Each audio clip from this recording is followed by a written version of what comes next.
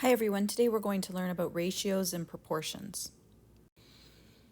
Typically, when we deal with ratios, we're comparing two different quantities. So when we compare them, we compare the terms in the first ratio with the respective terms in the second ratio. So for instance, we know that the connection between the 2 and the 8 is the same connection as the 4 and this unknown quantity. We can use this information to help us figure out the missing piece of information. So in this case, if we want to take the 2 and turn it into an 8, we know that that's going to involve multiplying by 4.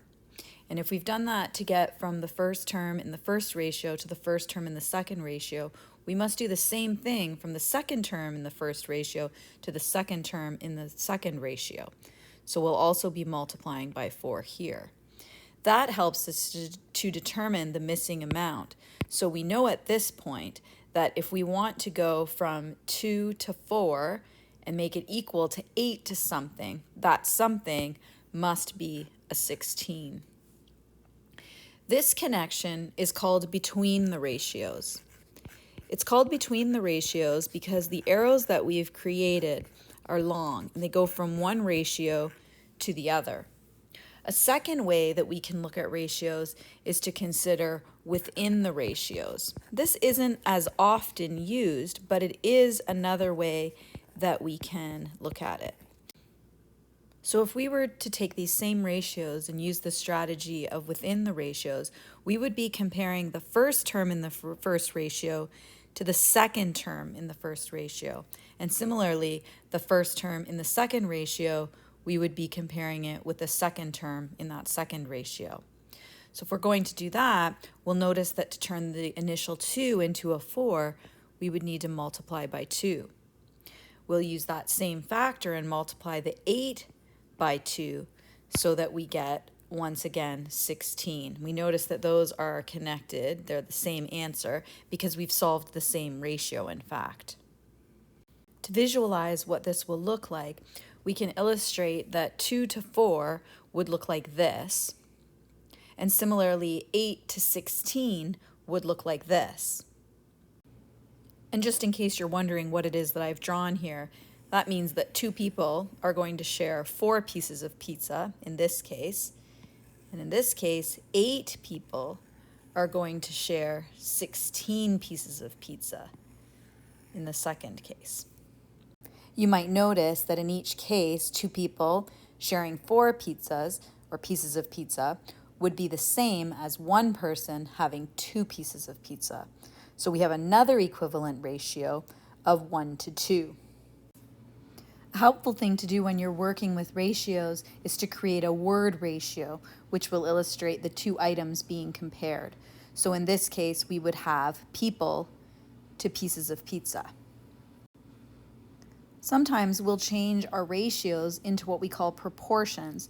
This just means we're going to write them as fraction form. For instance, 2 to 4 equals 8 to an unknown might be written as follows. You'll notice that the first term in each ratio went on top of the fraction, and the second term in each ratio went in the denominator, or the bottom of the fraction. Another method that we can use to find missing pieces of ratios or proportions is something we refer to as cross multiplication.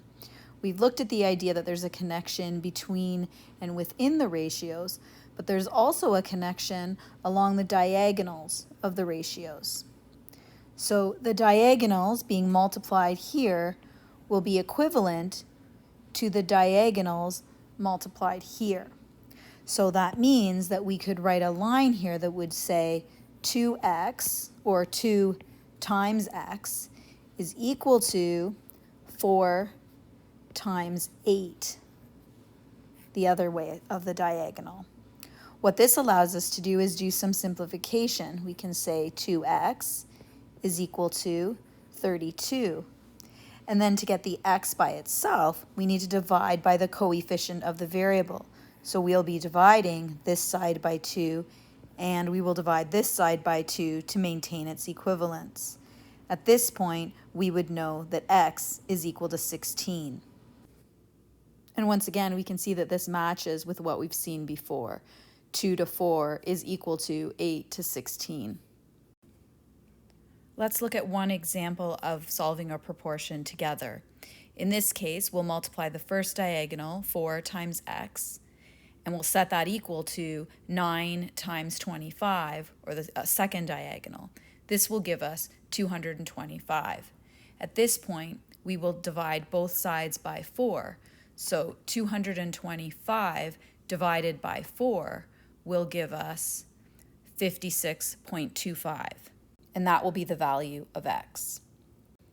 So that's a quick summary of how to solve ratios and proportions. See you next time.